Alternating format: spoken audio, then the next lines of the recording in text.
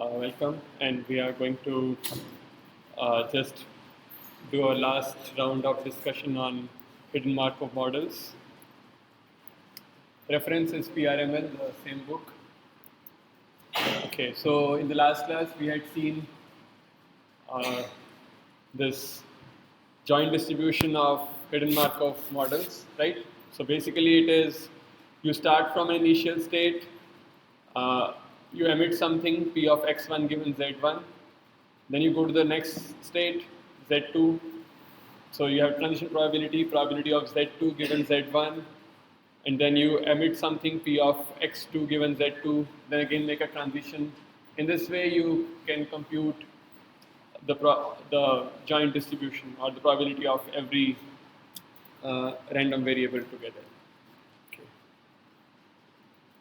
So today we are going to discuss.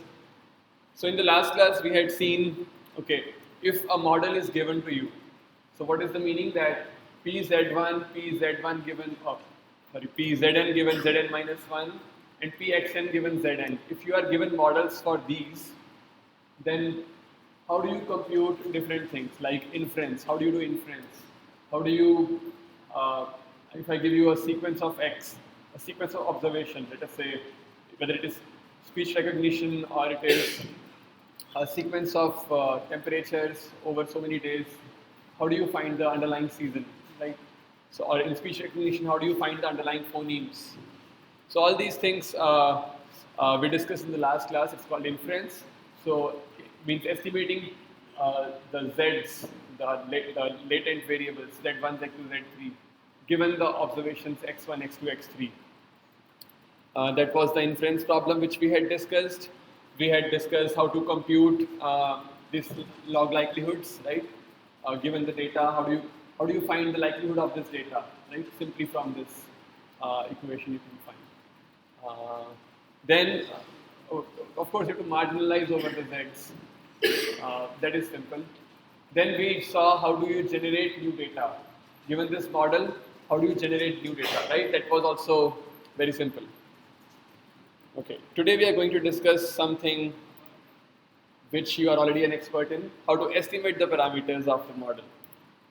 So all of you know, okay, what are the approaches to estimate? Huh?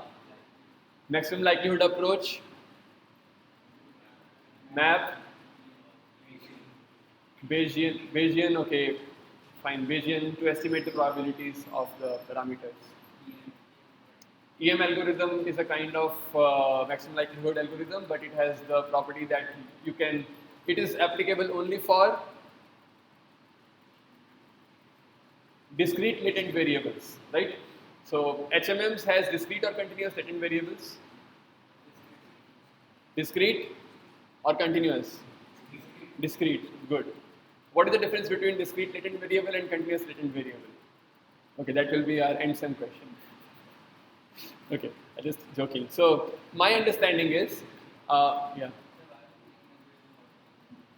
Why does EM algorithm work on? Because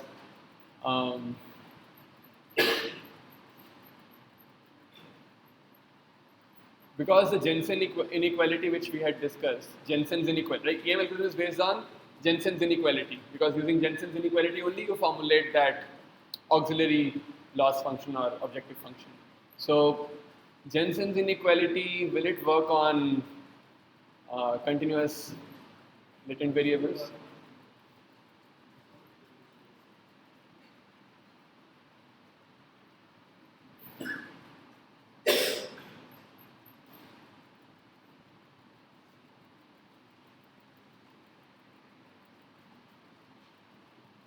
I don't know. I have never seen EM algorithm being used on continuous latent variables. Maybe I will get back to you if uh, I'll try to see. I'll try to find it out. Okay. So my understanding of the difference between discrete latent variable and continuous latent variable is that in discrete latent variables, you assume that data is coming from one cluster, right? Whether it is k-means clustering or it is GMM based model, you assume that there is one cluster from which data is coming, right? First you choose a cluster, then you choose the data, right? So each data point is associated with single cluster. But in continuous latent variables, each point is associated with like basically many of them together. Like you see PCA, one data point is decomposed into so many uh, latent eigenvectors, right? So you represent one data point with so many eigenvectors. You do not assume that this data point is coming only from single eigenvector and you are randomly choosing one of the eigenvectors, right? Similarly, whereas NMF also you try to reconstruct the observation using these basis vectors. So you do not assume that your observation is coming from a single cluster or a single representation or vector, right?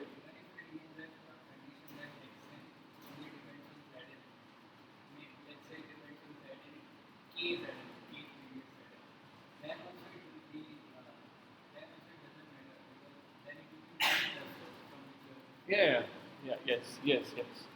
So yeah, but in this case we are assuming z individual z node that is a scalar, and from there you are getting a scalar means it's a discrete random variable, and from there you get a distribution px given that z.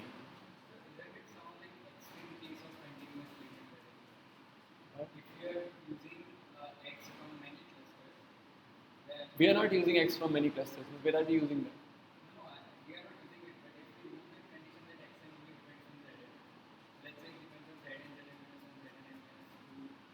But all of those are discrete latent variables, right?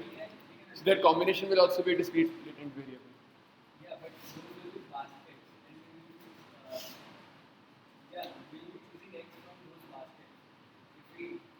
No. It's one vector. Like your z will, let's say your each z is 0, 1 means binary. You take 10 of these z. That will be how many latent variables? It's like 2 to the power 10. So it doesn't become continuous. Anyways, so let's move on. So the basic point is that for estimating the parameters, we saw ML estimate, map, Bayesian approach, which we hardly discussed actually, and then we discussed EM algorithm and what else? What else did we see? Dynamic programming, good. That is for sequential data, and that is a kind of we use maximum likelihood approach, but with an approximation which is called Bellman's optimality approximation, where we do very greedy search. Right? Okay, what else?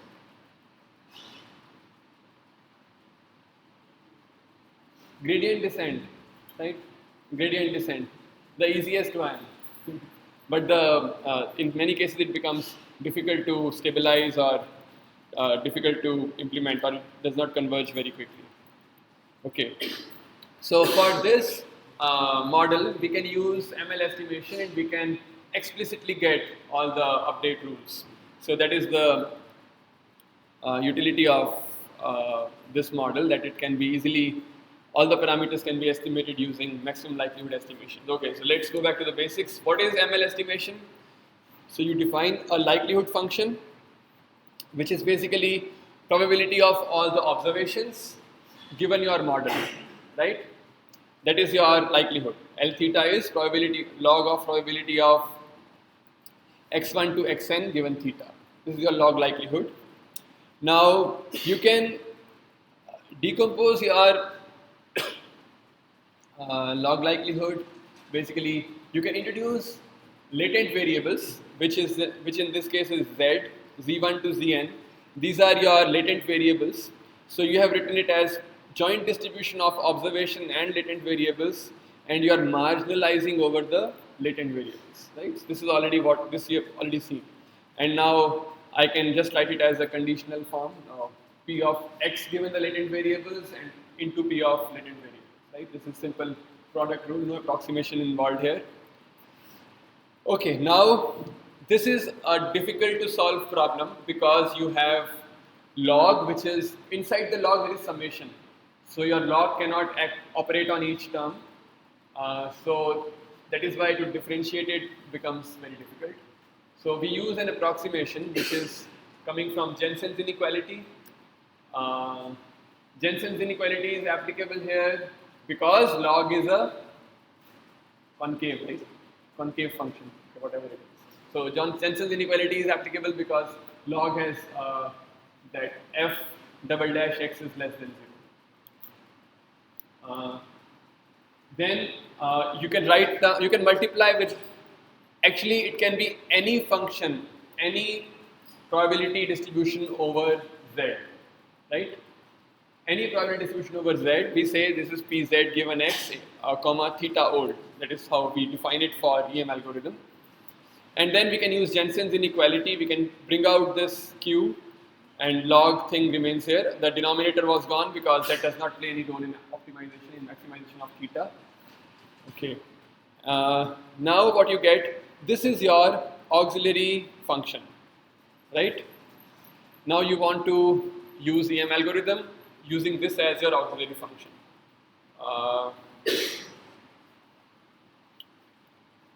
Okay. So using first order Markov property, you can say q of z1 to zn can be written as zn given zn minus 1 product overall, because you know nth latent variable only depends on the n minus 1th and it is independent of everything else conditionally. Okay. And the EM algorithm can be used. In the E step, you have to make your q equal to this distribution. Okay, if you remember your EM, you are maximizing your likelihood. Let's say this is your actual L function, which is very difficult to optimize. So you will find an auxiliary function, something like this. This is your q of theta comma theta old. This is your theta. So in the beginning you are here, you make your, this is your theta old, let's say theta 0. You define this q curve such that it is of this nature, you obtain its maximum, and then this is your theta 1, right? And as soon as you reach the maximum, you again define another q, which is passing through this. This is your q at, right here, theta old was theta 0. I'm just repeating, I'm just kind of revising the concepts which you have already studied. Okay, that's how you proceed towards the global maximum or whatever. It might not be optimally global, but the local maximum, but you can analytically find the solution at every step, right? Okay, this is the Q step. So now you have to compute this probability of z given x. It is not easy to compute. It is not easy to compute. Means it is easy but not straightforward. Okay. Then, but we will come back to this. Now in the M step, what do? In the M step, you are doing argmax expected value of log of px comma pz, and you are optimizing for theta given your gamma or the responsibilities, right? So now you have to solve these two equations, which are not very easy to solve. So basically in the first step, you are finding the responsibility of each z to produce that outcome. In the second step, you are actually updating your probability of x given z using those responsibilities, right? If you remember, if you correlate it with the GMM algorithm for the EM algorithm for GMM, you will immediately be able to see the connection. Okay. In this case, M step is very easy because once you know the responsibility of each z, like how much likelihood is that this data comes from this z, then you can immediately use, you can use your just to learn the matrix, you can just count the number of like you're transitioning from k equal to 1 to k equal to 2. Just count how many times the k equal to 1 goes to k equal to 2. Just sum them up and that's it. You're done, right? The weighted sum, because it's a responsibility thing. Okay, so it's an easy thing. M step is easy, but E step is bit involved, and this is a very old algorithm called Baum-Welch algorithm or forward-backward algorithm, which is used to compute these probabilities. It's a simple mathematical kind of manipulation, but uh, it does the job very effectively or very efficiently. Okay, but the thing is that you are assuming each observation is coming from uh, means I have this much likelihood or this much probability that it is coming from this z, this much probability that it is coming from this z, this much probability that is coming from this z, right? K equal to 1, k equal to 2, k equal to 3 with some probabilities, right? So it's a uh, that is why it becomes very difficult. Can you suggest a simpler approach with some approximation? Uh, Maybe I think I should give you some more. Let me see if I have that figure. I have removed it. Okay. No, I have removed it. Okay, it's here. Okay. I have it. Okay. So this is a recap of Viterbi algorithm. So what you basically do is you have your x somewhere here. You have xn minus 2 emitted from here, xn minus 1 emitted here, and xn emitted here, right? So you assume that your xn minus 2 is coming from k equal to 3 with the probability of p xn minus 2 given zn minus 2 is equal to 3, right? Look at this. Pxn minus 2 given pzn minus 2 is equal to k equal to 3 means k this zn minus 2 is equal to 3 with some probability. Are you getting it? Okay, let me write it down. Probability that x, let's say xn given z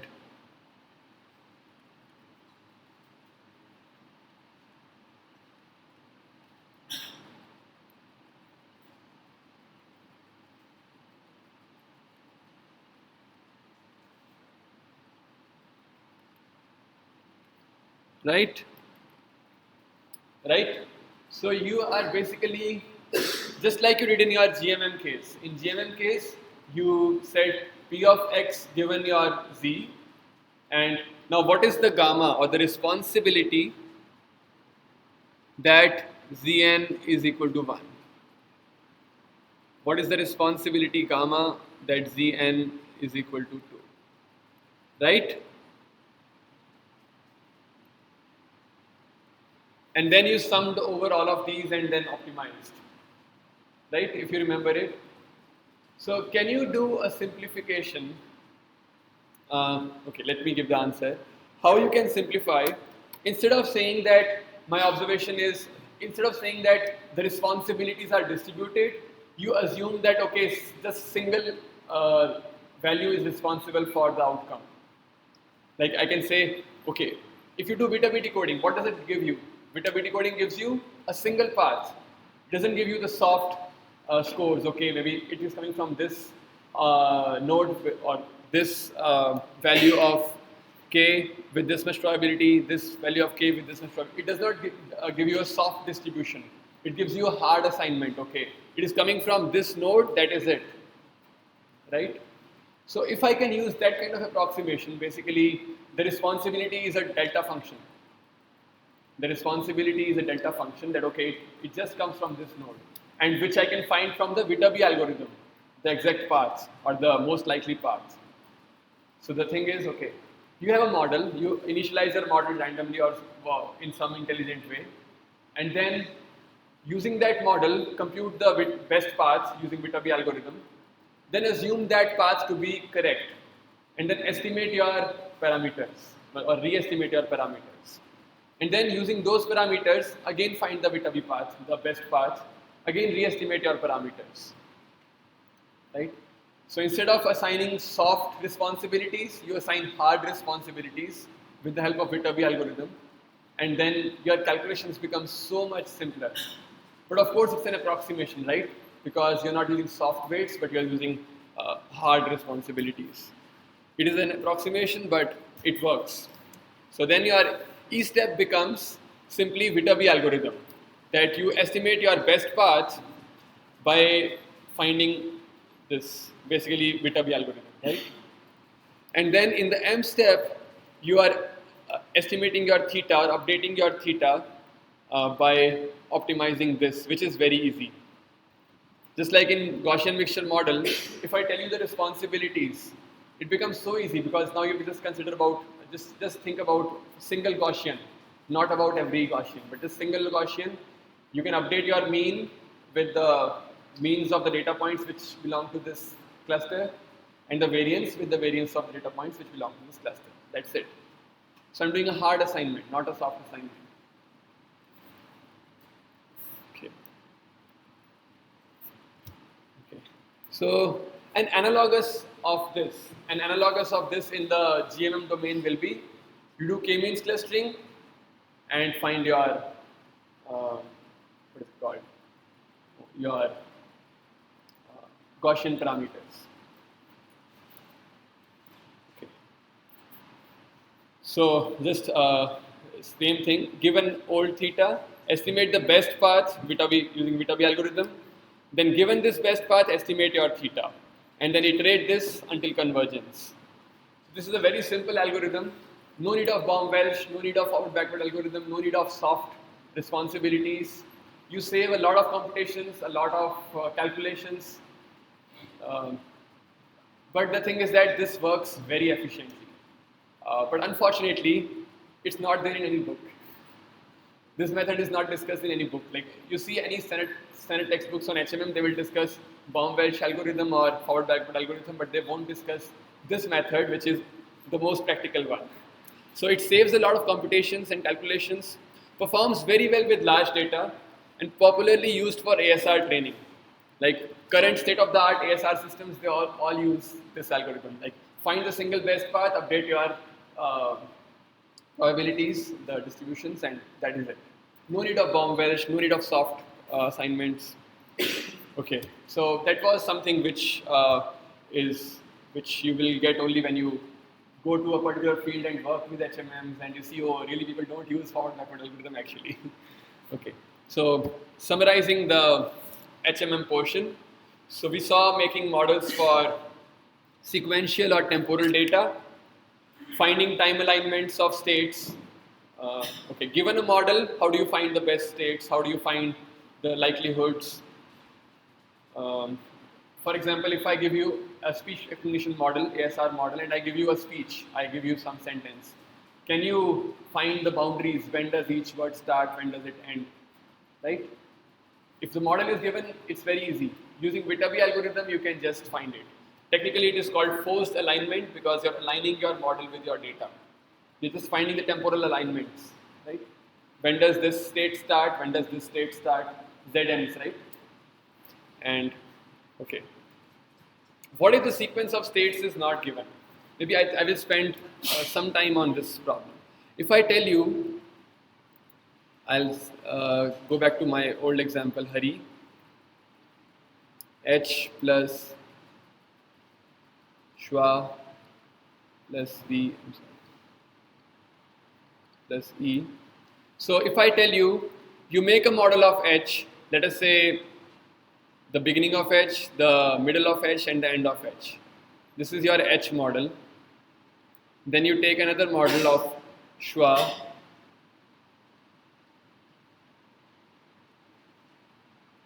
Then you take another model, similarly, model of R. Then similarly, the model for E. And concatenate them all, right? If I give you a speech waveform saying Hari, it is saying Hari. Tell me, when does H start and end? When does A start and end? When does R start and end? And when does E start and end? Can you tell me? I give you the HMM model, H, R, E, the HMM models I have given to you, and I have given you this new speech recording. Can you find out the alignments? How will you do that?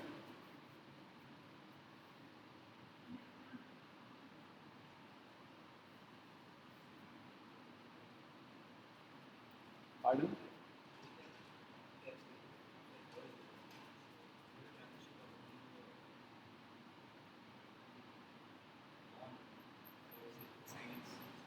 Yes, yes, you're right. So you do left to right HMM models. Basically, the transition probabilities are limited that her can only go to a, it cannot go to r, cannot go to e, cannot go to silence anywhere else. Yeah, you got the point. So basically, you build a left to right HMM model with these constraints that your path can be only in this order.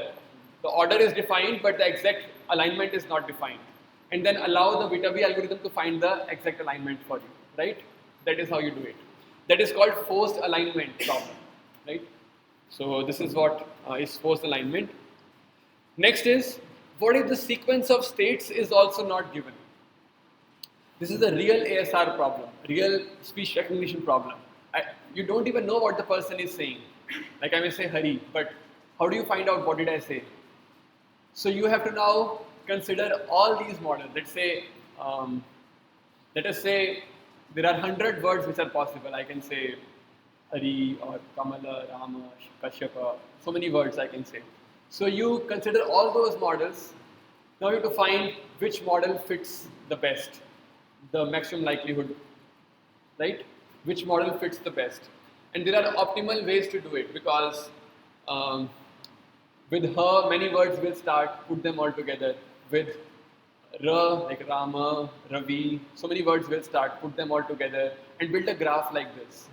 And then it becomes very efficient.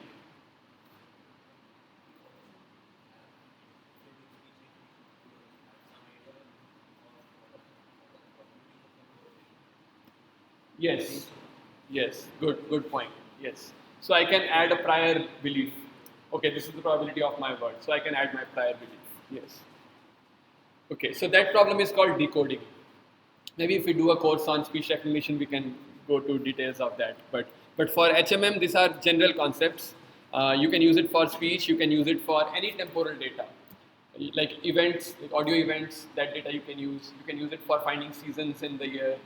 You can use it for, let's say, in cricket match, looking at the score, you want to see who is batting.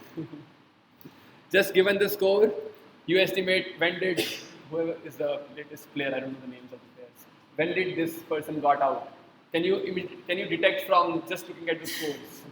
So you build a model for each batsman, and then fit it on your data, and then from there you can say, oh, this batsman was playing from this over to this over, and then his innings was over. He was back to pavilion. Okay, so you can use it for any sequential data. Next is next we saw estimating the parameters of HMM given the observations and the corresponding sequence of states. This is a supervised problem. I'm giving you a recording of Hari and I'm telling you this is Hari, and then you train your model on that. Supervised learning, right?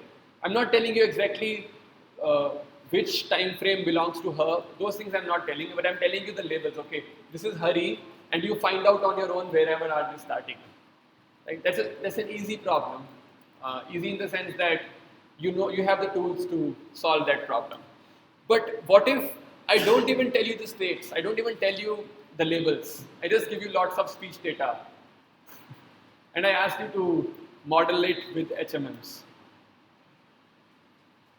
That is more difficult. It's called unsupervised ASR. It's not very popular as of now, but people are working on it. Like if I just give you lots of speech in some language, can it automatically build an ASR system? So this is like current research is going on in this problem. Okay. Anybody has any questions at this point of time? Fingerprint? Viterbi algorithm? I think it is. I was going through it and I think it is optimal given the constraints we have put there. The first order Markov property and limited set of states.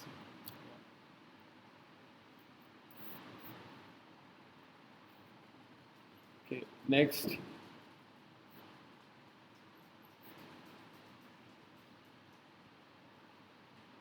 So now we'll be discussing about next topic. Okay, so same topic basically, sequential data. So okay, let's start with the presentation. Sequential data. What did we discuss? What approaches we have seen so far to model sequential data. If I give you a sequential data and you want to do anything, classification or I think classification is something which we have seen very nicely. Regression means you want to predict next value or something. How do you do that? How do you deal with what approaches you have seen? Let's stick to the classification problem. How do you do classification for time series? Huh? CNNs? Okay. What else? HMMs? Very good. Thank you. What else?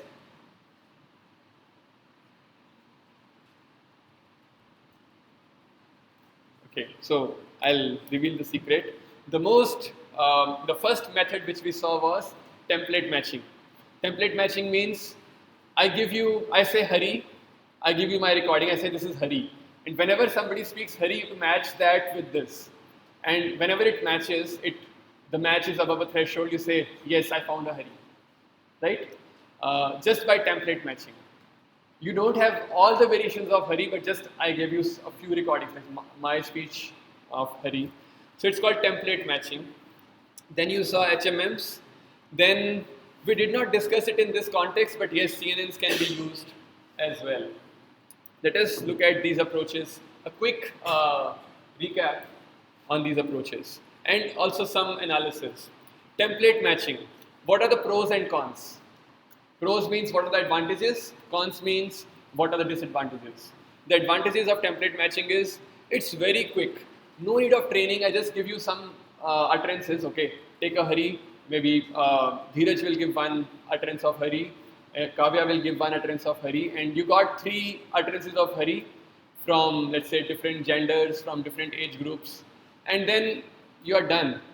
Anybody speaks Hari, you immediately match it with this template and you say, okay, whether it is Hari or Kamala or Rama, you have a few options and you can quickly build your classification system without any training. It is very popular. It is popular for tasks which are not very conventional. For ASR, of course not, but for other tasks, many tasks, it is very popular. Okay, I think I gave an example of Duolingo in the class. It is very popular there. Cons, what are the disadvantages? So, how do you find what are the optimal templates? You just got some templates from different age groups and all, but how do you find what are the optimal templates? So there is no way to do that. It is not much robust to variations in data, right? If I am saying Hari and somebody else comes, he says Hari, it does not match very well. For some weird reasons, you can never improve your model, right? You cannot do anything about it. It just does not match. And people have, actually template matching is also used for image classification. It can be used, right? And when it fails miserably, it fails unexpectedly, and then you cannot do anything about it. It just fails. So that is the problem with template matching. Not much robust to variations in data. And then computationally it is very inefficient, right? The same utterance you have to match with each and every of these templates, and it's very inefficient. Next is HMMs. What are the advantages and disadvantages? What is the advantage of using HMM? Let us say as compared to template matching.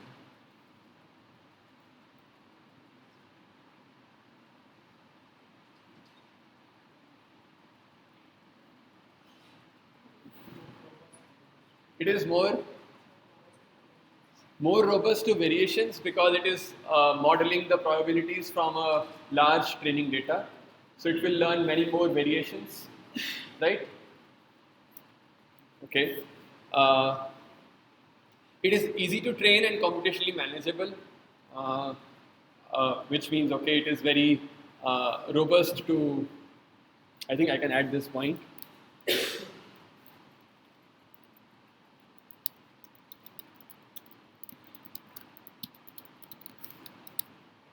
Or I can say more robust as compared to template matching.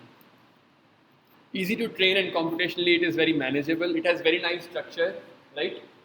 And the training is very easy. You can derive all the rules explicitly, no need of backpropagation or something. Yes, EM algorithm is also iterative, but still it is faster, much faster than backpropagation or gradient descent. Um, it can amalgamate easily with powerful models for Px given z. Now, this we'll deliberate a little on this point.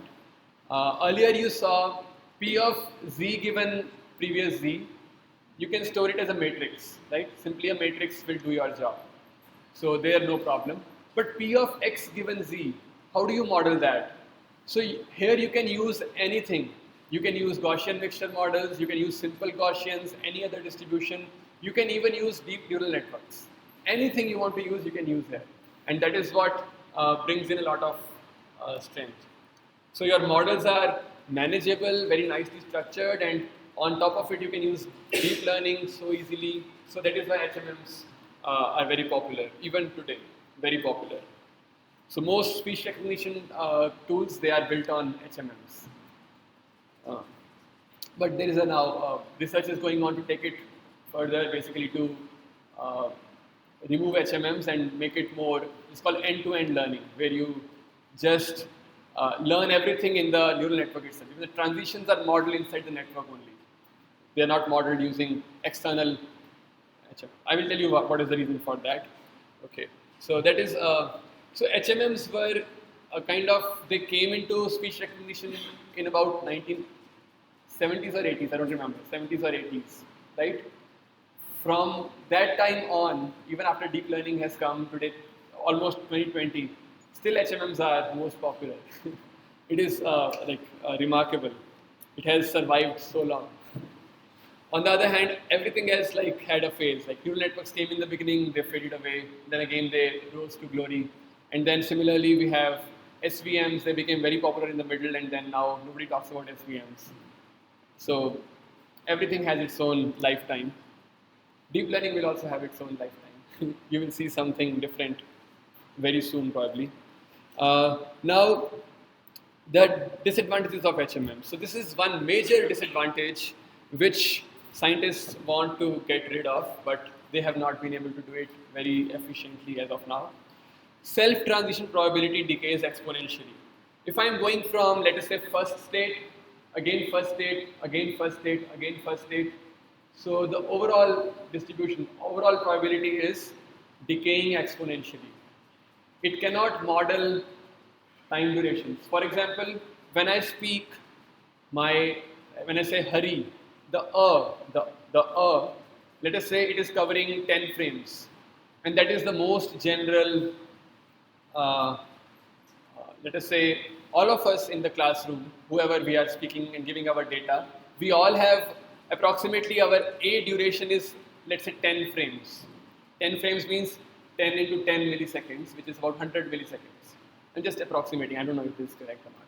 Let us say it is 100 milliseconds for almost all of us. But HMMs will always model that distribution as an exponential distribution. You can never model it like a Gaussian with a peak on 10 frames, or a Poisson distribution with a peak on 10 frames. It can never do that, right?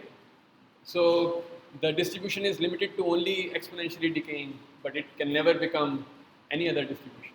That is the disadvantage of using HMMs. And why is this so? Because of the first order Markov assumption.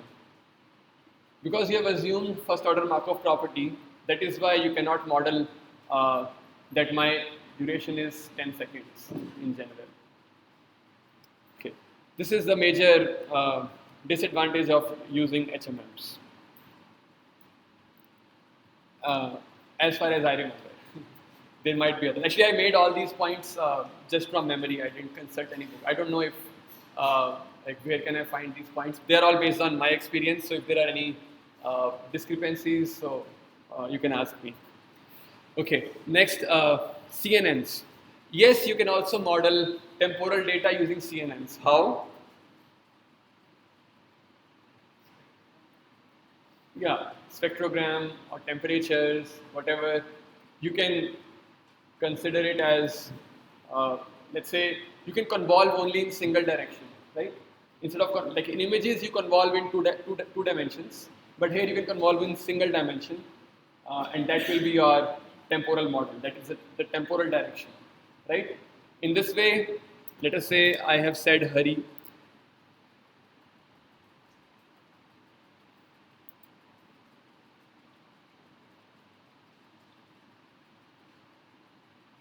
let's say this is her, from here to here, from here to here it is ra. Okay, I missed a. Let us say we have a somewhere here.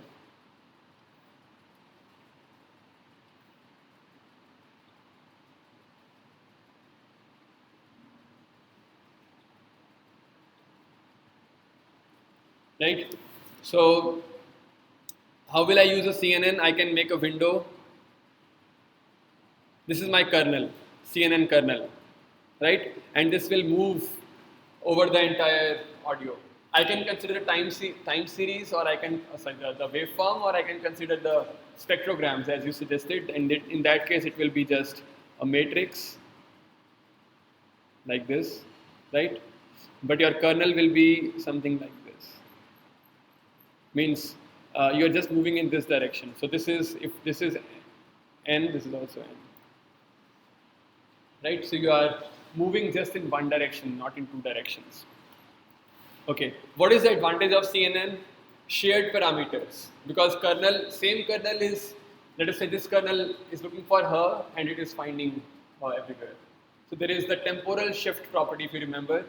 Temporal shift is not hindering your match in CNNs.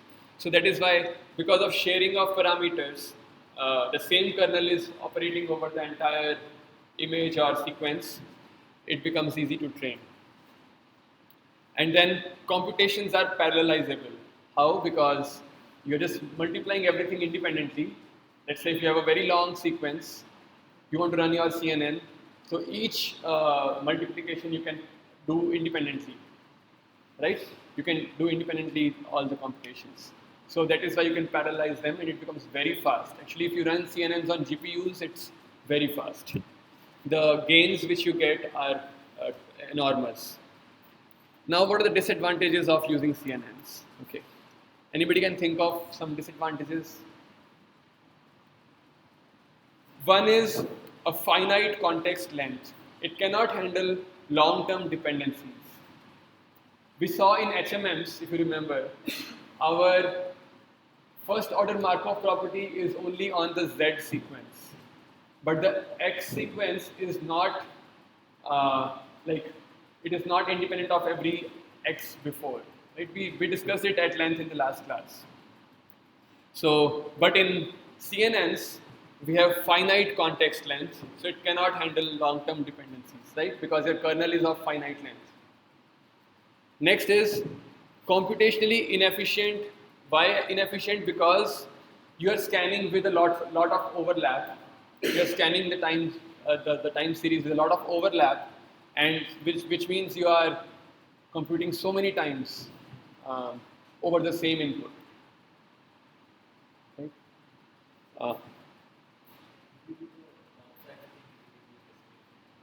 Hop.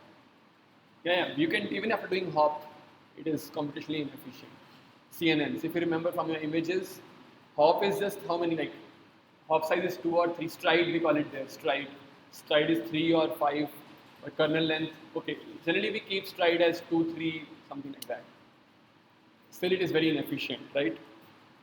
Okay, it cannot handle time stretching effectively. If I'm saying Hari, let us say, and my is very long, and my kernel is trying to model her and together, co-articulation. It cannot model it, right? Because has suddenly become very long. So it cannot handle time stretching very effectively. Okay, so that's why we move to another model of neural networks called recurrent neural networks. They are very efficient for time series modeling. What is a recurrent neural network? So basically, what is this? This is a simple neural network. You have an input X. So in this case, I have represented the variables with the circles, and the operations are implicit in the arrows. You multiply the X with W and you do some nonlinearity, you get an H. You multiply H with some other W, you do some nonlinearity, you get Y. Right? This is your ordinary neural network. And here, if you introduce a notion of time, So your input is dependent only on this time instant. Or sorry, your input is at time t, hidden is also at time t, and y is also at time t. So your y does not depend on xt minus 1, right? Is this point clear? Your y at time t does not depend on x at time t minus 1. So here comes the role of recurrent neural network. You want to make your y at time t to depend on x at time t as well as t minus 1, and if possible t minus 2, t minus 3, so on. Can you do that? So the answer is, if you can use a recurrent function, or have I written it here? Okay, maybe this will give you a clear idea. So okay, in ordinary neural network, you have xt minus 2, it gives rise to ht minus 2, it gives rise to yt minus 2. At next time instant, you have xt minus 1, it gives rise to ht minus 1, which gives rise to yt minus 1. There is no dependency across time, right? If you want to introduce dependency across time, what will you do? You just add these connections, right? That is the most logical thing to do, isn't it? Just add connections across time and you get dependency across time. So now your yt is dependent on xt minus 1 via this path. It depends on xt minus 1 via this path. It depends on xt minus 2 via this path, right? So this is so I have unrolled the network in time, right? I have my time t, but I have unrolled it in time t minus 1, t minus 2, and so on. But if I want to represent it only in terms of t, then I can do something like this. I can say my ht depends on ht minus 1 as well. If I have this time delay element. You've all studied this, right? Block diagrams and z to the power minus 1, right? In discrete time systems. So basically, this is a time delay element, so that your equation is that your ht is dependent on xt as well as ht minus 1, right? That's how you represent it. So there are two representations which we have studied now. One is this representation, which is at time t only, and then next this representation where you unroll over time. Pardon? They are equivalent, yes. So I'm saying two representations of the same thing. Two representations. They are equivalent. Okay. Now the equations. In neural networks, you have ht is dependent on u of xt plus b, right? The weights and the bias. And y hat is dependent on some v of ht plus some other bias c, right? In recurrent, what do you do? In RNNs, you introduce this extra term where ht is also dependent on ht minus 1. That is it. This is your recurrent neural network. It's so simple, right? Okay, I think we can discuss next topic, means further in the next class.